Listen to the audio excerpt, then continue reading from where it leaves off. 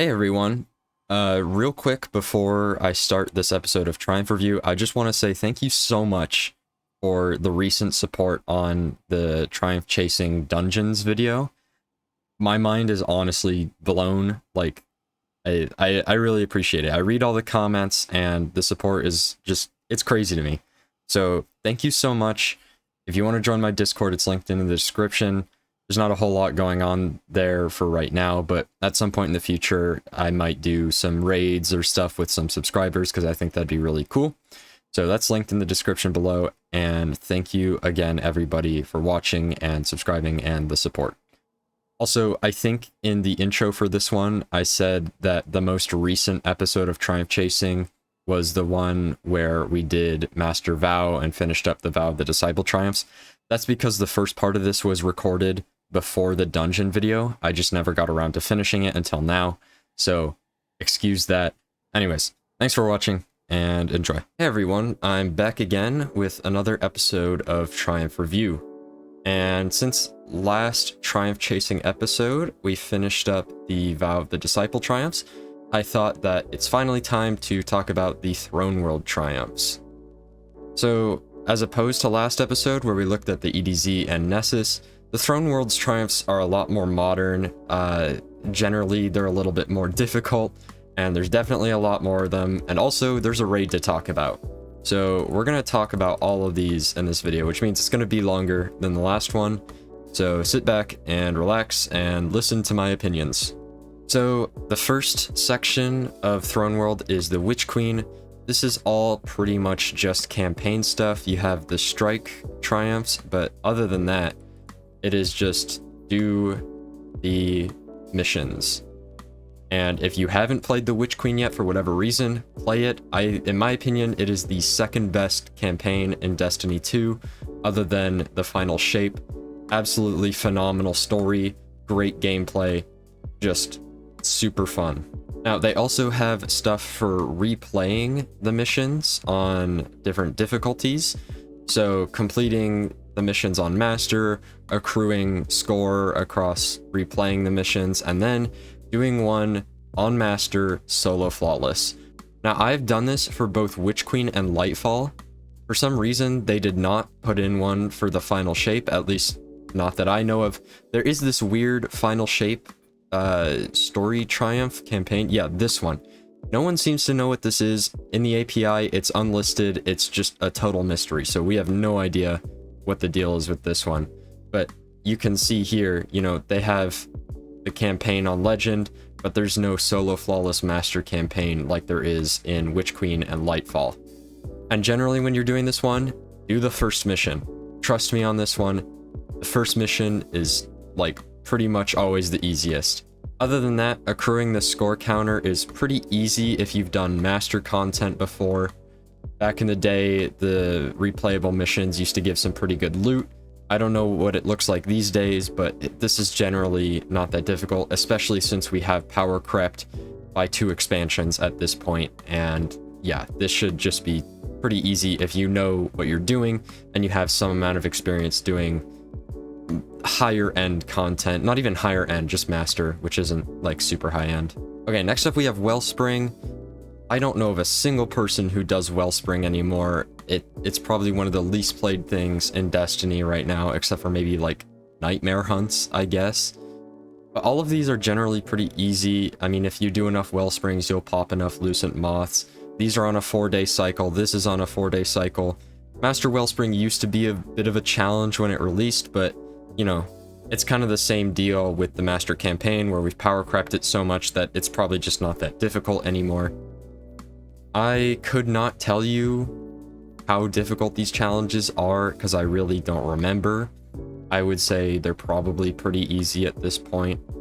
Like I said, Wellspring is easy now, and these just don't seem like very difficult triumphs. If I remember correctly, this triumph gave people some trouble. I think there was a triumph where you had to stay on the splinter the whole time, basically, in order to make the time needed to get the triumphs. I'm pretty sure it's attack.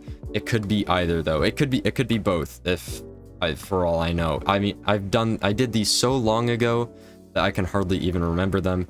But I do like these. You know how I feel about the little niche challenges. I talked about them last time with the Nightfalls, but once again, I like seeing these little challenges. You know, defeat 3 witches within 20 seconds, banish each crux within 10 seconds. I like these little challenges. But Wellspring, in my opinion, is not very fun. It doesn't give good loot, so there's not a whole lot of reason to play it. I'm actually going to leave Valve the Disciple until last because I think that has the most to talk about. So let's move on to exploration. Obviously, you have regional chests, patrols, bounties, and heroic events. We also have the lost sectors, and we should have, yep, the expert and master lost sectors, flawless master lost sectors, like we've seen since, I'm pretty sure, Beyond Light is when they started putting these into the planetary triumph areas, basically. The Throne World is kind of when they started making these lost sectors a little bit longer and a little bit more challenging. If you're struggling with these, I would literally just say, like, just power grind and then go back and do them. I think most people with any sort of Master Nightfall or Lost Sector experience can do these solo flawlessly. There's so many builds, there's so many people who have put out videos on this. So yeah, and the upwards kick in difficulty in Lost Sectors that we've seen over the years has been very interesting. When I talk about Pale Heart Triumphs, I will talk about probably the hardest solo flawless Master Lost Sector that I've done, because that's where it's been. I am a little bit conflicted because on the one hand, you know, you look at Lost Sectors from the EDZ, it's a joke. But these ones can be a little bit tedious, especially with the one close to spawn in the Throne World, where you are just standing on plates for a while. I don't find that super engaging. Destiny mechanics are very plate reliant, almost to a fault. And so sticking them in Lost Sectors just feels a little bit tedious. But I do enjoy the other two. I think the one at the north end of the map especially is very fun. You also have to reset Finch's rank and craft all the weapons, defeat champs, and defeat hive ghosts. If you just play around in the Throne World for long enough, you should be able to get all of these. I remember grinding Wellspring back in the day to get the patterns was a bit of a pain, but now we have deep sight harmonizers, and I mean, you know, the weapons from Throne World I've never really liked. I don't think I really use any of them. I think the bow is okay, but other than that, I'm not a huge fan. Oh, and the auto rifle. I've played the auto rifle a little bit, but other than that, they're just not super great. So I think this Triumph is really the only reason to craft the Wellspring and Throne World weapons. Okay, so moving on over, we have quests next, and I actually had to look these up because I totally forgot what they are, and I think that best describes them. They are pretty forgettable. They have a couple fun moments, like some of them have some little puzzles where you have to line up portions of the Witch Queen symbol to make it like a whole symbol. And I think that's really cool. That's something they did a few times in the campaign. I think that's dope. One of these lets you get an exotic glaive.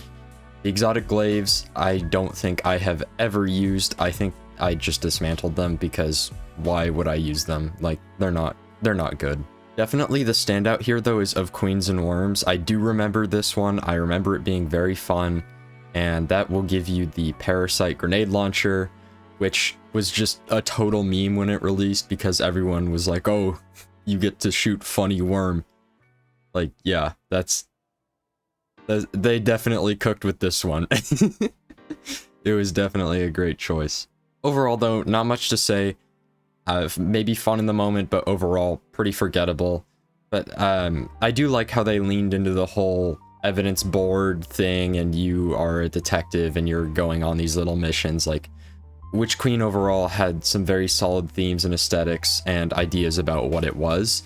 So I think that was very cool. So now moving on over to secrets, I like to think of this as kind of the Dreaming City done a little bit differently, right? Dreaming City has Ascendant stuff and Throne World has Deep Sight stuff. So I really like all the Deep Sight puzzles. I think they're fun little things, but the real Triumph to talk about here is Disbelieve, because this one is a bit of a mess. Now, if I remember correctly, when Witch Queen first came out, these deep sight chests were bugged and you could literally just farm them. And I remember a lot of people did that. And I think that contributed to this triumph. I could be wrong on that, but I'm pretty sure that's the case. I did not do that farming. And so I had to grind this out. And when I did it, I was under the impression that you could get 1 per account per day. So this triumph took me 50 days to complete. Now, after doing a little bit of research, there seems to be some conflicting ideas on what the cooldown is on these. Some people have stated it's 1 per account per day. Other people have said they respawn every 6 minutes, but like if someone else does them first, there's nothing you can do. I don't know for sure, but all I know is that I might be stupid for taking 50 days to do this. Altar of Reflection, I think, is a really dope idea. I think that's such a cool area. The way that they integrated it into the campaign was really well done. It provided a huge plot twist that I won't spoil in case you haven't played the Witch Queen campaign, but it was just incredible. This Darkness Rifts in the Throne World Triumph takes me back to Season of Arrivals when they released Ruinous Effigy, and they also had those 50, I think they were like Eyes of Savathun or something that you could destroy with it, and that would give you, I think it's Catalyst. So this is just kind of that, but done on a smaller scale. You had to get Parasite to do this, and it was a similar idea. You kind of had to damage yourself with it and then shoot the Darkness Rifts. Overall, super cool. I like this sort of stuff. Of course, we have the Lucent Moths. Most planets have this sort of go find a few things and return them. Neomuna, I think, has the action figures. Europa has the penguins. Like, it's just a thing that they've been doing, and I enjoy this. They're fun little collectibles. I completely forgot about deduction score. If I remember correctly, you just get this by doing all of the evidence board quests or something like that. But it's kind of cool. Like I said earlier, it kind of fits with the detective aesthetic and stuff. And then super quick before we cover Vow of the Disciple, let's talk about the Gumshoe Seal. I don't really have a lot to say. I think that they chose some good triumphs for this. I think one more that they could have added would have been completing all of the evidence board quests, just to cement the sort of Gumshoe detective idea. I think that would be the only change I would make. Other than that, this is a fine seal. It's not too difficult to get. You just do some quests and finish up the campaign and do a few extra things. So overall, not a lot to say, but some good choices. The only thing I would add would be that evidence board triumph. Okay, now we can talk about Vow of the Disciple. Overall, I think Vow of the Disciple is the 3rd best raid of all time. I think that Salvation's Edge and Last Wish have it beat by just a little bit. I know some people will say King's Fall is better. I don't have any particular attachment to King's Fall. I never played it in D1. So for me personally, I like Vow of the Disciple better. If you disagree, that's fine. Everyone's allowed to have their opinions. So the main things that I want to talk about with Vow are the Master challenges, the Triumph challenges, and the Flawless. The first Triumph chasing video, I believe, was the Flawless. It really wasn't that bad. It took us a few tries, but eventually we did get it. I think once we cleared 3rd encounter, we first tried Rolk, which was pretty cool, even though we did use Thunderlord and I didn't like it. Overall, I would not say that this is one of the more difficult Flawless raids that I've done. Although, to be fair, my team and I have been doing some higher end content, maybe more than most raid teams, and it's pretty easy for us to coordinate to do Flawless raids and stuff like that. Encounter 3 can be kind of tricky sometimes with Flawlesses, but overall it's not too terrible. Like Caretaker, I don't think is super bad as long as the runners are watching their stacks. First encounter is pretty much a breeze as long as you have survivability. It's really just encounter 3, I think that's kind of the stopping point there. But now let's talk about the challenges, because Master Vow was also one of the Triumph chasing videos. So Swift Destruction was killing all of the unstoppable champions at around the same time. This one actually gave us a few issues. We found that the best strat was to leave them until the very end after we have shot the symbols on the obelisks, and then we would take care of them, because then there's nothing else to focus on. You have 2 people per area that can help take them down, and overall it's not too bad. So if you're going for swift destruction, I would highly recommend that strat. I think after we tried implementing that, we got it first or second try. It was not that hard. And also having warlocks with stasis turrets is really helpful, because that kind of slows them down so that they're not messing with you while you're trying to do the actual mechanics of the encounter before you kill them. Base information is a pretty easy challenge. It's just 1 runner at a time, collecting 1 symbol at a time for caretaker. This is not that hard if you have people who have run before. I think if you've run before, you can do this challenge. This is not that difficult overall. You just have to make sure that you're being fast with it, because it can take some amount of time. But like when we did it, I don't think either me nor the other runner even put on like an eager edge sword. So it's not that challenging. If you are really struggling with it, I would recommend an eager edge. I would recommend grapple grenade, just kind of these things to make it go faster if that's what you're struggling with. Defenses down is an annoying challenge. It requires quite a bit of coordination. Basically, in third encounter, 1 person cannot kill more than 1 of the shielded knights with the laser beam.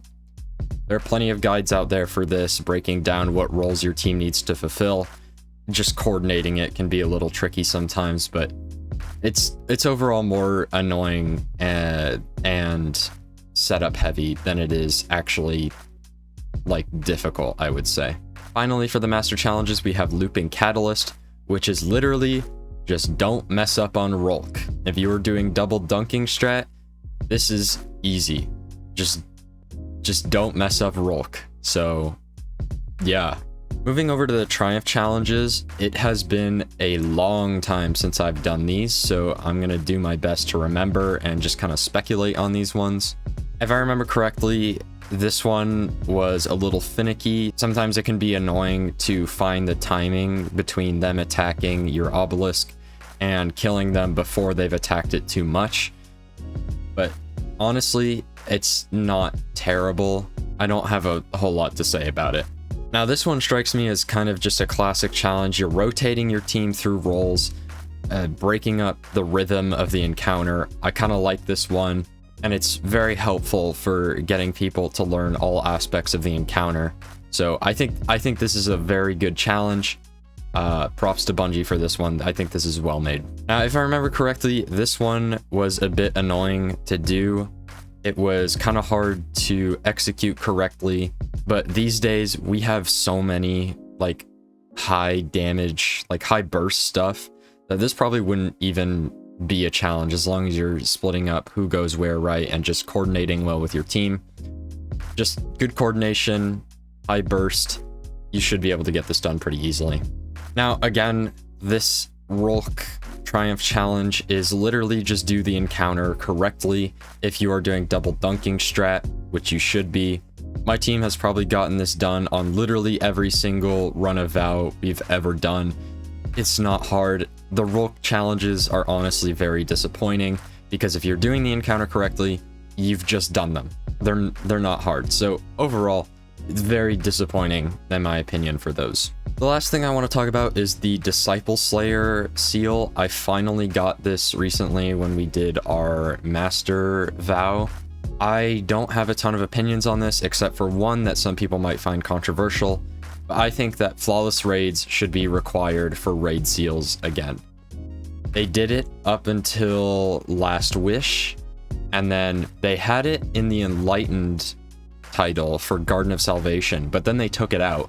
And ever since then, flawless has not been required for the raid title. And I just don't like that.